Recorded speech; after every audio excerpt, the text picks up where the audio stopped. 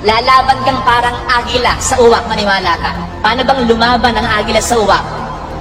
Kasi ang uwak, sasakayan sa agila. Ayan, katulad yan. Pagsakay niya sa agila, tutukain yan likod ng agila. Pero yung agila, pansinin po ninyo, ay, hindi makikipaglaban ng head-on yan. Hindi pipiglas yung agila, haharapin yung uwak. Total, mas malaki naman siya, mas malakas naman siya. Hindi.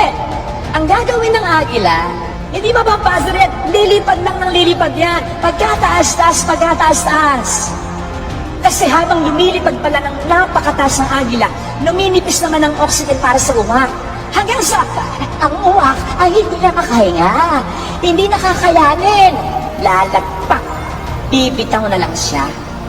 Kapatid, gano'n ang paglaban sa mga uwak sa buhay natin. Sa mga kuda ng kuda, iyak ng iyak, sa likod natin. Wag na